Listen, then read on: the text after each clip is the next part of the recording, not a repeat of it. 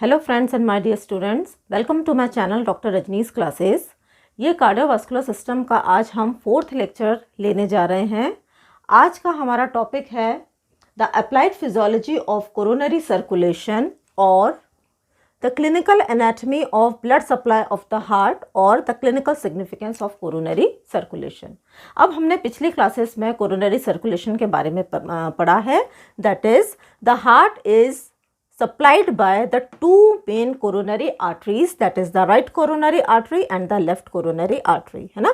यहाँ पे मैंने एक ब्रीफ डायग्राम बनाया है। जो लेफ्ट कोरोनरी आर्टरी है, जैसे ही वो अराइज होती है from the root of aorta, it divides into the anterior descending branch और the anterior descending artery and the left circumflex artery. ठीक है, तो आज हम अप्लाइड एस्पेक्ट के बारे में पढ़ते हैं। तो जो सबसे पहला हमारा जो point that we have to remember is that is the incomplete obstruction of coronary artery, है ना। Now these coronary arteries are supplying the myocardium of the heart. अगर किसी वजह से इन coronary arteries के अंदर obstruction आता है, अब वो obstruction दो तरीके का हो सकता है, it can be complete और it can be incomplete. But first let us study about the incomplete obstruction, है ना। तो अगर incomplete obstruction होता है तो जितना blood इन आर्टरीज को सप्लाई करना है मायोकार्डियल टिश्यू को, ये उतने ब्लड को सप्लाई नहीं कर पाएंगी, है ना। तो हम ये भी बोल सकते हैं it can be due to coronary vasospasm. Coronary vasospasm का मतलब है the spasm of the coronary arteries, है ना। तो अगर थोड़ी देर के लिए कोरोनरी आर्टरीज में स्पाज्म होता है तो वो जो ब्लड सप्लाई है वो रुक जाती है। जितना ब्लड मायोकार्डियम को आना चाहिए उतना ब्लड नहीं आ पाता है। और atherosclerosis, now what is atherosclerosis? हमारी जो आर्टरीज हैं, है ना, for example this is a artery, ठीक है। तो इन आर्टरीज की जो लाइनिंग है, यहाँ पर there is deposition of cholesterol and fat, है ना। So what happen as a result of this, the lumen of the arteries becomes narrow, है ना। तो जितना ब्लड इस आर्टरी के अंदर जाना चाहिए उतना ब्लड इस आर्टरी के अंदर नहीं जा पाएगा, because there is narrowing of the lumen of the coronary arteries. ठीक है, तो चाहे एथेरोस्क्लेरोसिस हो और whether it is a coronary vasospasm और देर इज अ थ्रोम्बस और plaque formation in the coronary arteries, है ना। थ्रोम्बस एक इंट्रावास्कुलर क्लॉट होता है जो कि हमारी ब्लड वेसल के आर्टरी के अंदर बनता है ना। और अगर किसी वजह से ये जो थ्रोम्बस है ये ब्लीड करने लगे, ये रप्चर हो जाए, उसको हम बोलते हैं और it results in plaque formation. ठीक है, तो ऐसी कंडीशन में जो हमारा जो कोरोनरी आर्टरीज हैं they undergo obstruction and then it results in a clinical syndrome which is called angina pectoris. Now what is angina pectoris? Angina pectoris एक क्लिनिकल सिंड्रोम है which is presented by a chest pain, बहुत pain होता है patient को, which is retrosternal. Now what do you mean by retrosternal? Here there is a diagram, यहाँ पे आप देख रहे हैं, this is the diagram, here is the heart situated, ठीक है। और यहाँ पे आप देख रहे हैं, now this is the sternum, ये स्टर्नम बनाया है। स्टर्नम के पीछे, है ना, पीछे का जो पेन होता है उसको हम बोलते हैं रेट्रोस्टर्नल पेन, ठीक है। दूसरा, the area that is above the heart is called the precordium, है ना। तो पेन का जो सेकंड कैटेगरी है वो कैसा पेन होगा? वो प्रीकॉर्डियल पेन होगा। हार्ट के आसपास के रीजन में आपको पेन फील करे होगा। The pain increases on exertion. खास बात यह है कि ये जो पेन है एक्सर्शन से बढ़ता है। जैसे जैसे मायोकार्डियल डिमांड बढ़ेगा, जैसे जैसे कि ऑक्सीजन का डिमांड बढ़ेगा, ये पेन हमारा बढ़ेगा and it is better by rest. लेकिन अगर आप रेस्ट कर लेंगे तो जो पेन है उसका जो इंटेंसिटी है वो कम हो जाएगी, है ना। Now this pain also extends to the medial side of the left arm, then to the neck and then to the jaw, है ना। तो ये भी एक फीचर है हमारे एंजाइना पेक्टोरिस का। Now the second point is the complete obstruction of coronary artery. अब अगर इन कोरोनरी आर्टरीज के अंदर कंप्लीट ऑब्स्ट्रक्शन होता है, ऑब्स्ट्रक्शन का कारण again it is one and the same thing. It can be due to coronary vasospasm, it can be due to atherosclerosis, जैसा कि हमने अभी एंजाइना में पढ़ा, और थ्रोम्बस या फिर प्लाक फॉर्मेशन होता है तो उस वजह से हमारी कोरोनरी आर्टरीज का कंप्लीट ऑब्स्ट्रक्शन होता है ना। Then it leads to a serious disability which is called myocardial infarction. Now what do we mean by myocardial infarction?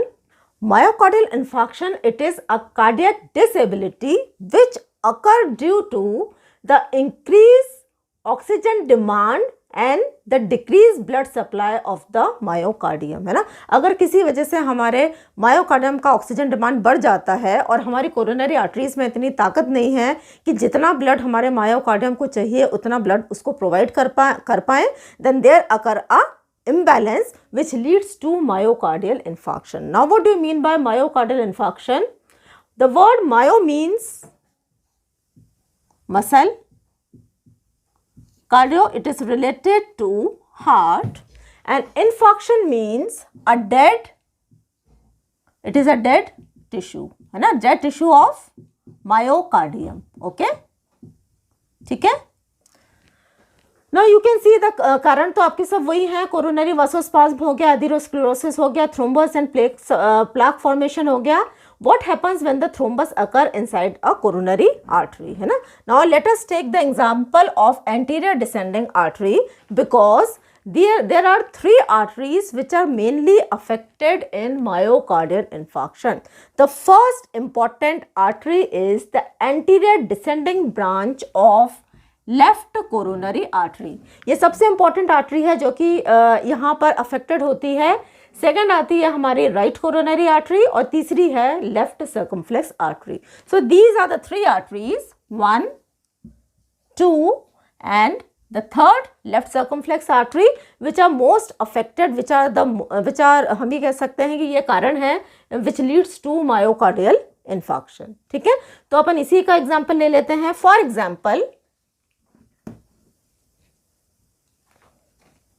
Now let us, यहां पर हम मानते हैं there occur a block. Now this artery is blocked. Now what will happen, this artery the anterior descending branch, जैसा कि हम पढ़ चुके हैं, ये हमारे इंटरवेंट्रिकुलर सेप्टम में रन करती है ना. तो ये हमारे लेफ्ट वेंट्रिकल को भी सप्लाई करती है और हमारे इंटरवेंट्रिकुलर सेप्टम को भी सप्लाई करती है. अब अगर इस आर्टरी के अंदर कंप्लीट ऑब्स्ट्रक्शन होता है तो so this artery will not be able to supply the portions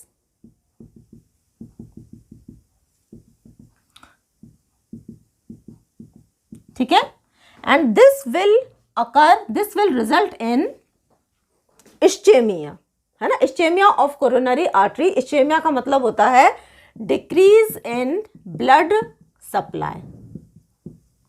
ठीक है, तो अब यहाँ पे क्या हो रहा है, क्योंकि यहाँ पे ऑब्स्ट्रक्शन है, थ्रोम्बस है, तो ये कोरोनरी आर्टरी हमारे ये पर्टिकुलर पोर्शन को मायोकार्डियम के ब्लड सप्लाई नहीं कर पा रही, जिसको हम बोलते हैं इस्चेमिया.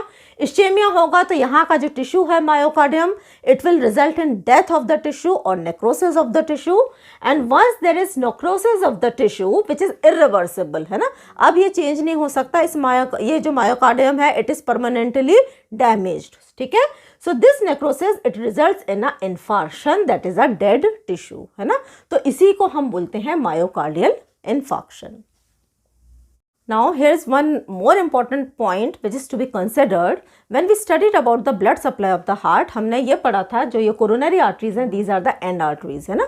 end arteries का मतलब है कि किसी दूसरी arteries के साथ में anastomosis नहीं करती हैं.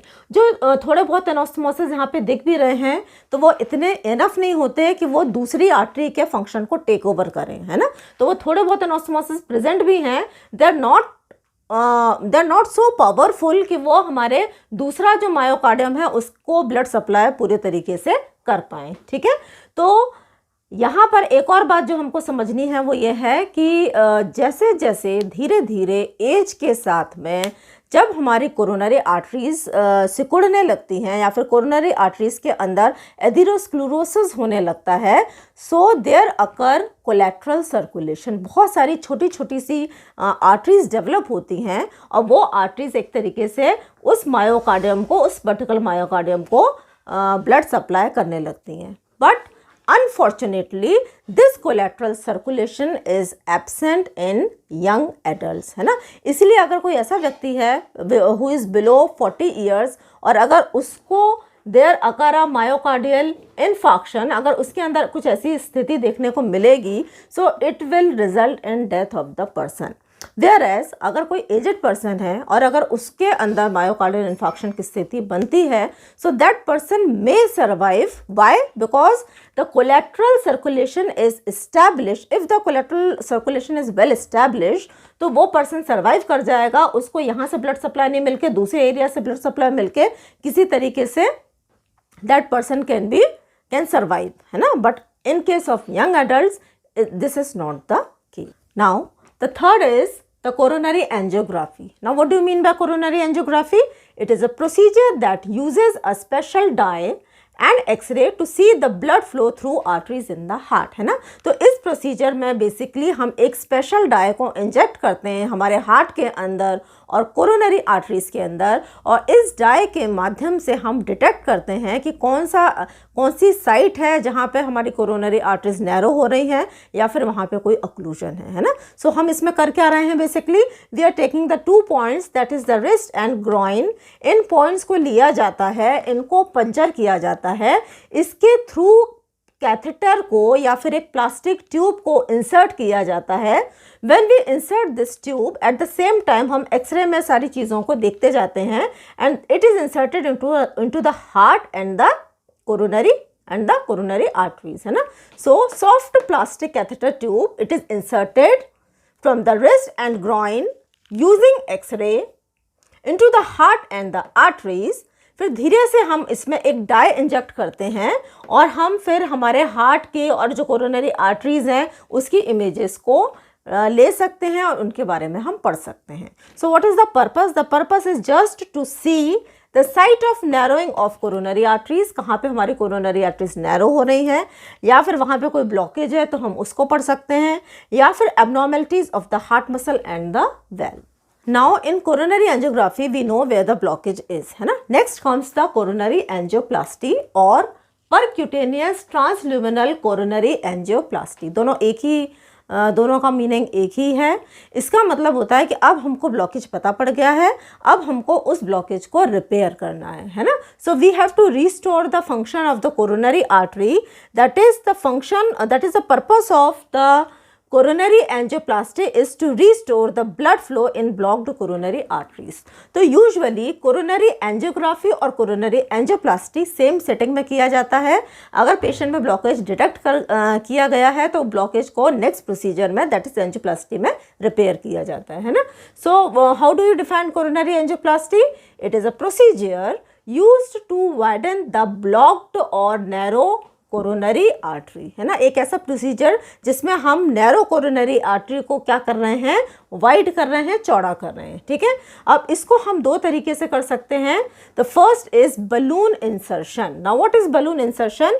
There is a wire, on that special type of wire a balloon is placed. This balloon is inserted into the blocked artery, है ना। आप यहाँ पे आर्टरी देख रहे हैं, ये पूरी की पूरी आर्टरी में क्या है, ये एथेरोस्क्लेरोसिस है, प्लाक है ये, है ना। तो यहाँ पे हमारे आर्टरी का ल्यूमन नैरो है ना। तो हमने बलून को इंसर्ट किया। In the next procedure we inflate the balloon, है ना। तो जब ये बलून इन्फ्लेट हो जाता है तो इसका जो ल्यूमन है आर्टरी का, ये हमारा कैसा हो गया, it is broadened and the blood flow is restored in the blocked coronary artery. The second way is using the stent, है ना। Now stent क्या होता है? Stent, it is a metallic mesh tube. It is inserted into the blocked coronary artery, है ना। तो ये जो हमारी ट्यूब है, मेश वर्क है, ये क्या कर रहा है, ये हमारा जो एथेरोस्क्लेरोटिक एरिया है उसको क्या कर दे रहा है, ये किनारे कर दे रहा है, जिससे कि हमारी आर्टरी का ल्यूमन क्या हो जा रहा है, again there is broadening of the lumen of the coronary artery, है ना। So what is the function of the coronary angioplasty? To restore the blood flow in the blocked coronary artery, and secondly to decrease the cardiac symptoms. So the fifth point is coronary artery bypass grafting. In short, we call it as CABG, है ना। What is the purpose of CABG? It is to improve the heart circulation in people having severe coronary artery disease.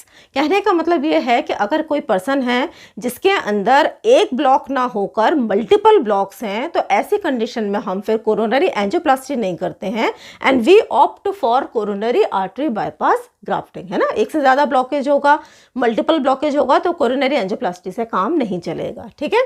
तो इसमें हम basically क्या करते हैं, healthy when और great saphenous when और इंटरनल थोरेसिक आर्टरी, कोई भी हेल्दी आर्टरी या वेन को बॉडी के दूसरे पार्ट से लिया जाता है और उस कट पोर्शन को हम बाईपास कर हम ब्लॉक्ड कोरोनरी आर्टरी के आगे से हम उसको जोड़ देते हैं. That is known as grafting, है ना.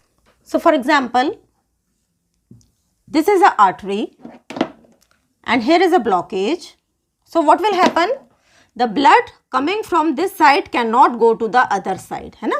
So what we have done, we have taken a portion of the artery or a vein from a healthy individual. Same subject का हमने great saphenous vein को या internal thoracic artery को या फिर internal memory artery को ले लिया है और उस portion को हमने site of blockage के beyond हमने attach कर दिया है.